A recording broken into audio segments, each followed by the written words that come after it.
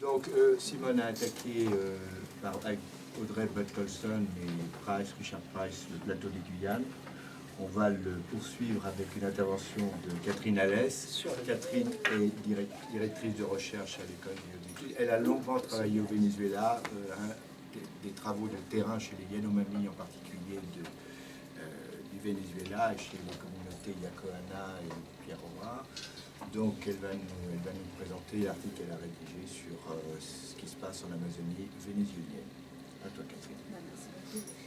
Alors, bon, je vais essayer d'aller vite pour vous présenter la question des droits autochtones au Venezuela dans la situation des 15 dernières années où il y a eu le gouvernement de Hugo Chávez, ce qui est la politique de ce qui s'est appelé le socialisme du XXIe siècle. Alors,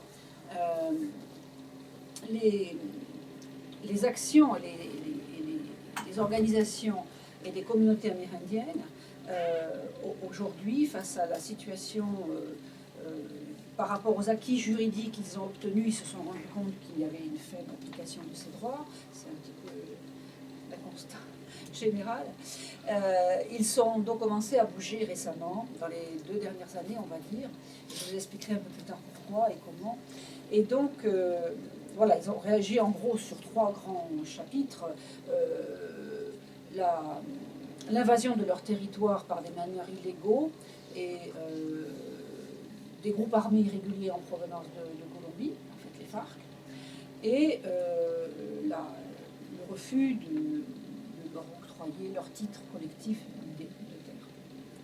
Alors, tout d'abord, je vais commencer par vous expliquer qu'au Venezuela, il y a eu une nouvelle constitution qui a été faite en 1999, donc c'est il y a 15 ans, et qu'avant, il y avait eu 21 constitutions depuis l'indépendance du Venezuela, 10 ne parlaient absolument pas des autochtones, 11 n'y faisaient pas référence, sauf pour leur reconnaître aucun droit.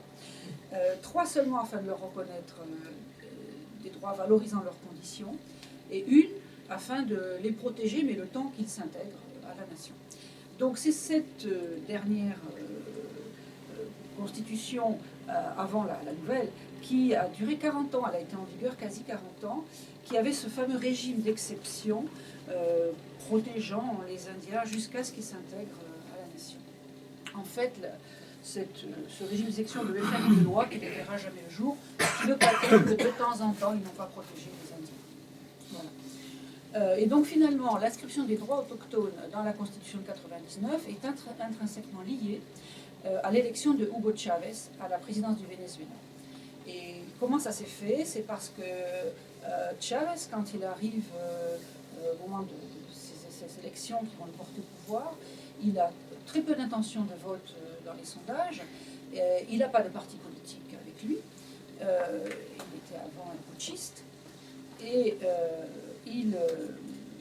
donc il rencontre beaucoup de groupes marginaux. Il va s'appuyer sur beaucoup de groupes marginaux, dont les indigènes, qu'il rencontre en mars 1998. Et il s'engage à ce qu'il s'appelle solder la dette historique envers les peuples indigènes. Je dis indigènes parce qu'au Venezuela et en Amérique latine, on dit indigènes, et ils revendiquent ce terme. Voilà. Donc, il rencontre les organisations indigènes du Venezuela et il s'engage à reconnaître leurs droits les plus fondamentaux. C'est ce qui va être fait quand le oui l'emporte largement pour son élection. Il y a un référendum et une nouvelle assemblée constituante qui va faire les nouveaux droits indigènes. Il garantit que dans l'assemblée des constituants, il y aura 3 autochtones qui seront obligatoirement présents. Et pour qu'ils soient présents, jusque-là, il n'y avait jamais de représentation indigène. Il va créer un système il va demander que les Indiens eux-mêmes et tout seuls élisent leurs représentants des 3 grandes régions où il y a des indigènes au Venezuela. Inutile de vous dire que ça n'a pas été sans mal, il a fallu refaire 3 fois l'élection, évidemment tous les partis politiques s'y opposaient, les militaires aussi, voilà, puisqu'effectivement c'était pas gouverné par les partis politiques. Bref, donc indigènes arrivent à l'Assemblée constituante et occupent immédiatement des positions stratégiques, notamment avec une commission qu'ils créent des droits indigènes. Et ils arrivent à faire passer petit à petit tout ce qu'ils veulent, non sans difficulté. Notamment, ça bute sur deux choses: les termes peuple, que les militaires refusent absolument qu'ils soient employés dans les articles, et le terme territoire. Donc le terme territoire, on l'a transformé en terre et habitat, ou habitat et terre. Enfin, c'était exactement la même chose. Et d'ailleurs, en faisant cet article, je me suis aperçu qu'il traînait toujours le terme territoire dans un des articles de la Constitution. Et bon, le terme peuple, tout ça bien sûr pour éviter les séparatismes que ça pourrait engendrer au niveau de la nation. Voilà, mais ils arrivent à contrer tout ça et à finalement faire passer tous les articles dans la Constitution. Et cette Constitution est approuvée largement par l'électorat vénézuélien. Des références dans le préambule aux Indiens sont capitales, comme de parler de l'héroïsme et sacrifice de nos ancêtres aborigènes. Et il y a une seconde phrase qui parle de l'établissement d'une société multiethnique et pluriculturelle. Donc ça, c'était un grand acquis. Ensuite, il s'agissait d'obtenir les lois qui vont avec la Constitution. Alors c'est là que ça a été déjà beaucoup plus compliqué, plus le temps passait. Enfin, la première loi qui a été faite passer, et qui était la plus importante, c'était celle qui était la reconnaissance des habitats et terres des peuples et communautés. Ça va être fait dès janvier 2001, très rapidement, après la Constitution. Très rapidement aussi est approuvée la fameuse résolution 169 de l'OIT, dont parlait Simone un instant. Et par la suite, on va piétiner 4 ans pour obtenir l'autre loi très importante, qui est la loi organique des peuples et communautés indigènes, qui est celle qui va permettre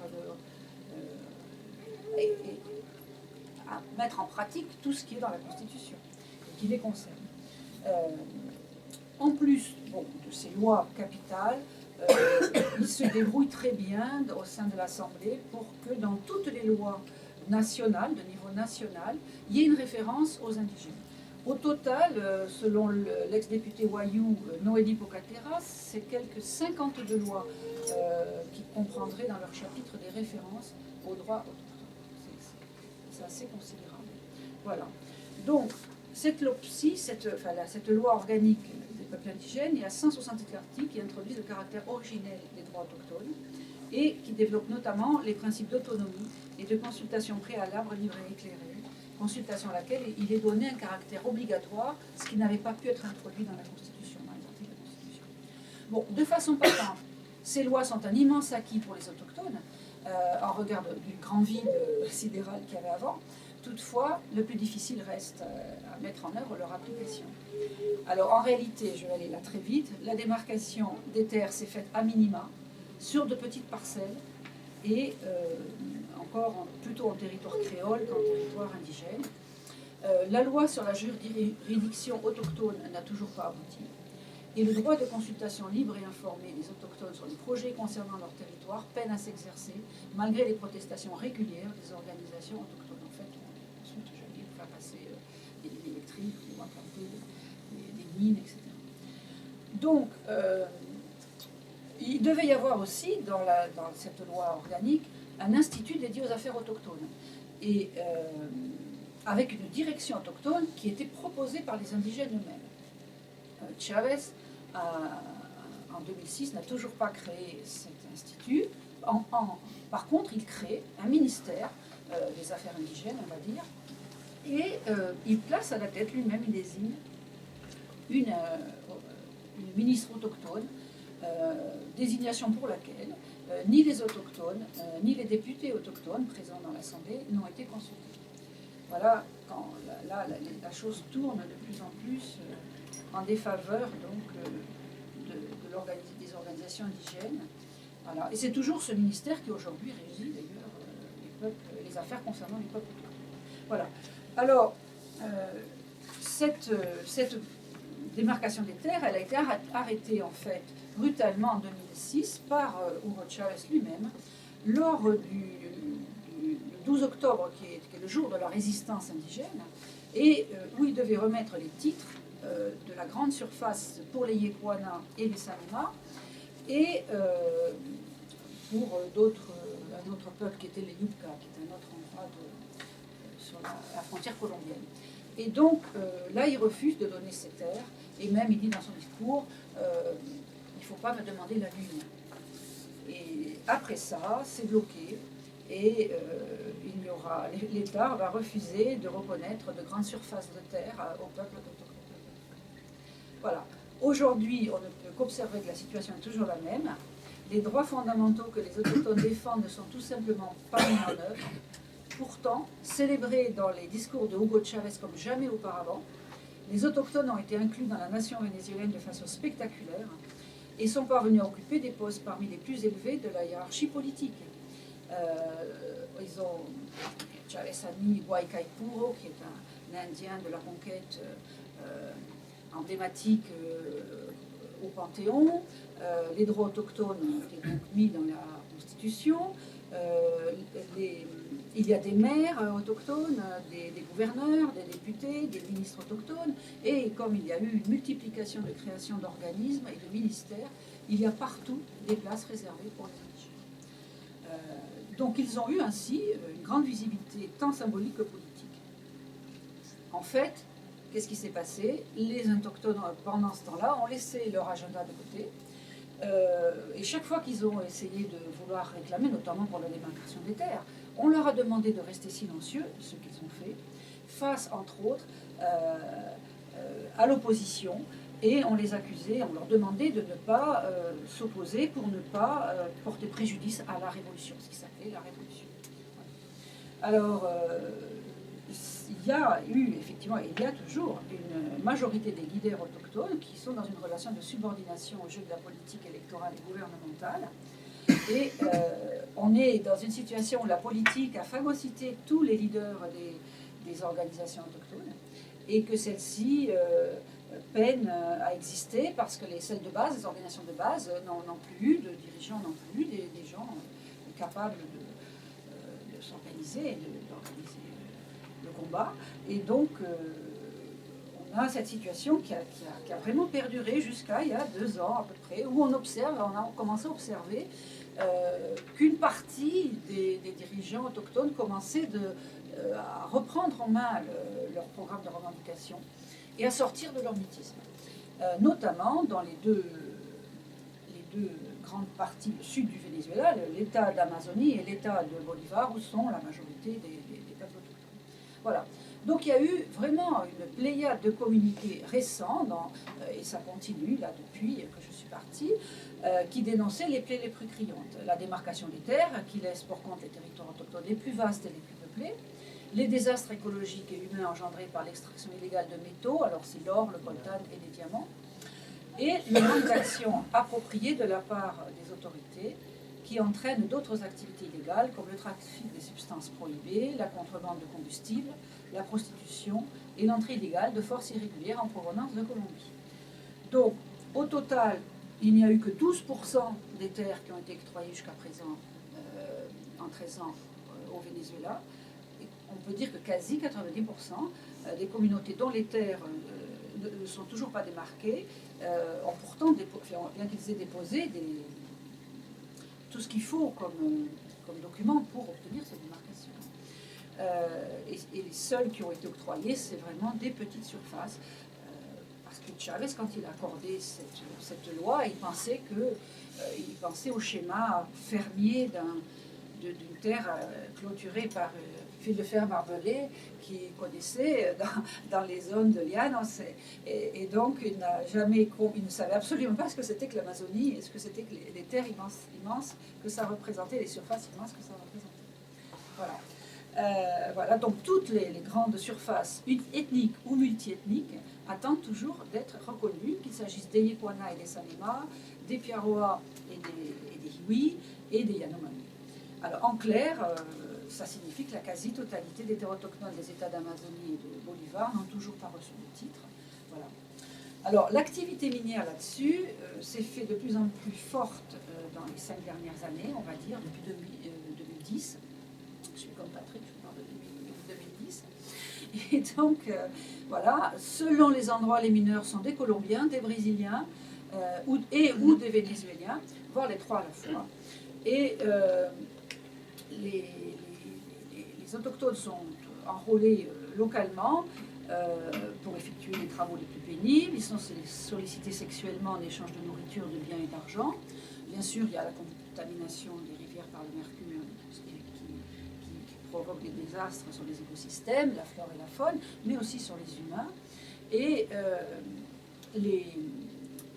la présence croissante de ces mineurs sur leur territoire crée des problèmes à la fois sanitaires. Il y a les maladies infectieuses qui se propagent, dont le VIH. Et il y a aussi un véritable problème au niveau des autochtones, parce que la majorité des communautés qui sont proches des mines se sont scindées en deux. Il y a ceux qui sont du côté des mineurs et ceux qui sont contre. Et tout le monde se dispute, ça multiplie les conflits, ils se battent entre eux. Et voilà, il y a ceux qui protègent les mineurs. Et donc ça, il faut quand même bien prendre conscience que ce n'est pas le moindre problème.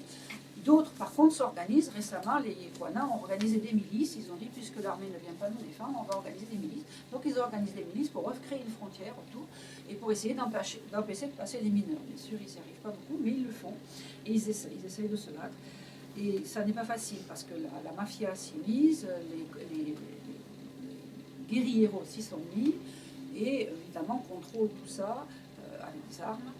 Et implanter un système qui s'appelle la Wakun, ils demandent de l'argent aux mineurs pour les protéger, et ils vivent comme ça, voilà. Donc les Indiens là-dedans, ils n'ont absolument pas les moyens de se défendre. Voilà. Bon, ben, les Yanomami, quant à eux, les problèmes viennent par la frontière brésilienne, par laquelle passent les garimpeiros brésiliens, qui, quelque part, vont et viennent parce que régulièrement, ils sont chassés du côté brésilien par l'armée brésilienne. Et donc, mais ils reviennent 6 mois plus tard. Et ils sont beaucoup plus tranquilles du côté de la frontière, du côté vénézuélien, où personne ne viendra les embêter.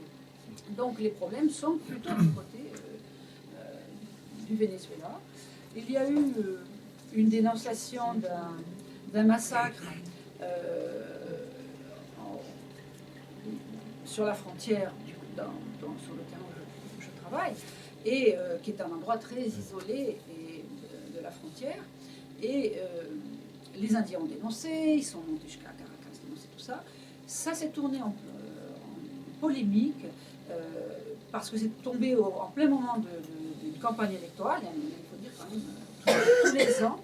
Et donc ils se sont disputés avec la fameuse ministre des droits indigènes, des peuples indigènes, et faute de preuves établies, le cas a été démenti et qualifié de faux massacre. Ils étaient encore qualifiés de faire de la campagne de l'opposition contre le gouvernement de Chavez. C'est très facile.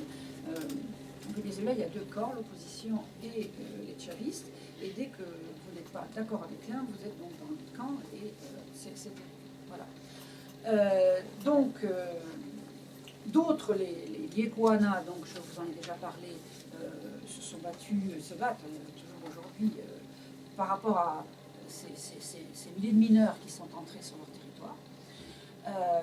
Et ça se durcit d'autant plus que le gouvernement a affiché des plans étatiques et une politique minière qui affectent directement les droits constitutionnels et les territoires des autochtones, notamment une politique d'implantation de ce qui s'appelle l'arc minier de l'Orénoque, plus la fameuse entreprise chinoise CITIC, qui a obtenu les droits pour tout le Venezuela d'ailleurs, supposément d'exploration des ressources minières, mais qui dit exploration dit exploitation.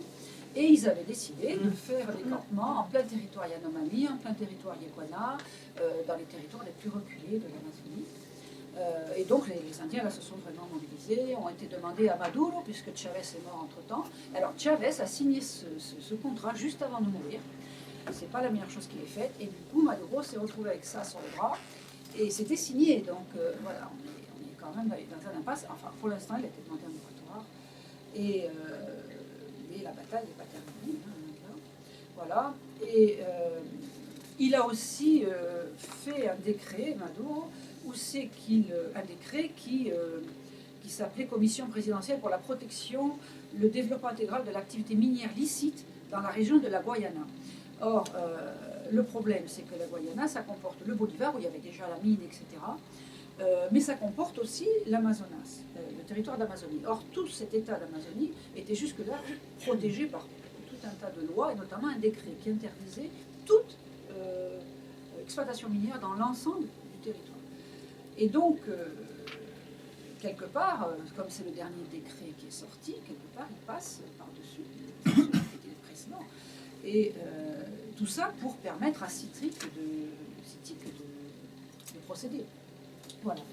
Alors, simplement pour conclure, si la situation des communautés indigènes en Amazonie est particulièrement préoccupante en regard de l'exploitation minière illégale et du laisser-faire des forces de sécurité, elle l'est également en raison de la présence sur leur territoire, ce que les autochtones appellent les irréguliers, et qui sont ni plus ni moins que tous les guérilleros des FARC et de l'ELN qui ont fui la Colombie sous la pression du gouvernement colombien, qui se sont installés là au début sur juste la frontière, mais qui aujourd'hui, on a pu le constater, pénètrent largement au Venezuela, largement en Amazonie, jusque dans le Bolivar. Donc on se demande jusqu'où ça va aller, et sans que non seulement les forces de l'ordre interviennent, mais en fait les protègent et les soutiennent. Ils sont en business avec eux pour la drogue, pour le combustible, pour eux-mêmes avoir plein de prébendes. Voilà.